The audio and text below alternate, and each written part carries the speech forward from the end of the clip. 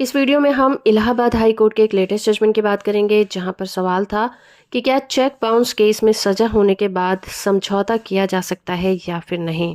इस केस का टाइटल है Ravinder Kumar Yadav versus state of UP और इस केस की सुनवाई जस्टिस शमीम अहमद की बेंच कर रही थी।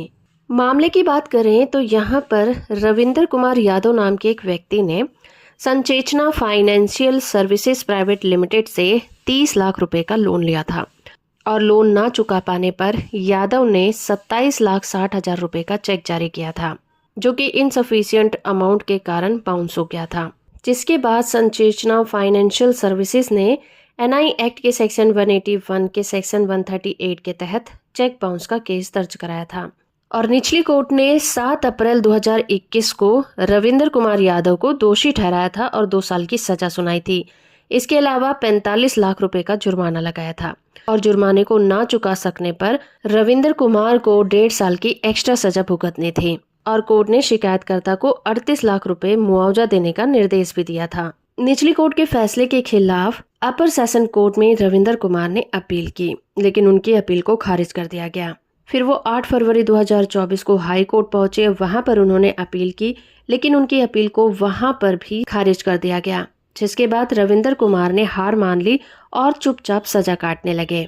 इसके बाद 7 मार्च 2024 को दोनों पार्टीज के बीच में समझौता हो गया। रविंदर कुमार ने कंपनी को 38 लाख रुपए का भुगतान करने का वादा किया, जिसमें से उन्होंने 20 लाख का भुगतान डिमांड ड्राफ्ट से और बाकी के 18 लाख रुपए किश्तों में चुकाने पर सहमति जताई थी। इस समझौते की अपील में कहा गया कि निगोशिएबल इंस्ट्रूमेंट एक्ट के सेक्शन 138 का जो मेन मुद्दा है क्षतिपूर्ति को पूरा करना है, ना कि सजा दिलाना है।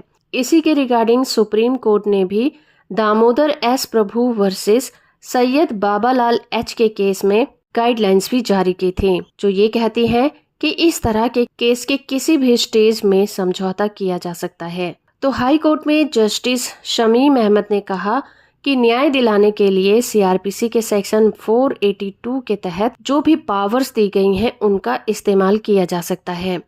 कोर्ट ने जोर देकर कहा कि एनआई एक्ट का मुख्य उद्देश्य क्षतिपूर्ति को सुनिश्चित करना है, ना कि सजा देना है, और इस कानून का मेन मकसद है कि केस के पहले चरण में ही समझौता कराकर केस को रफा दफा किया जाए।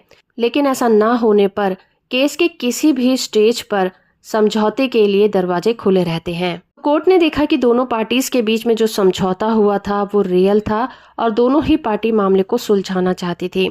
इसीलिए कोर्ट ने रविंदर यादव की जो सजा थी उसको रद्द कर दी और इस केस में समझौते के आधार पर उन्हें बरी कर दिया। तो हो फ्रेंड कि ये वीडियो आपको इन्फॉर्मेटिव लगी होगी। वीडियो को लाइक और चैनल को सब्सक्राइब करना बिल्कुल मत भूलिएगा।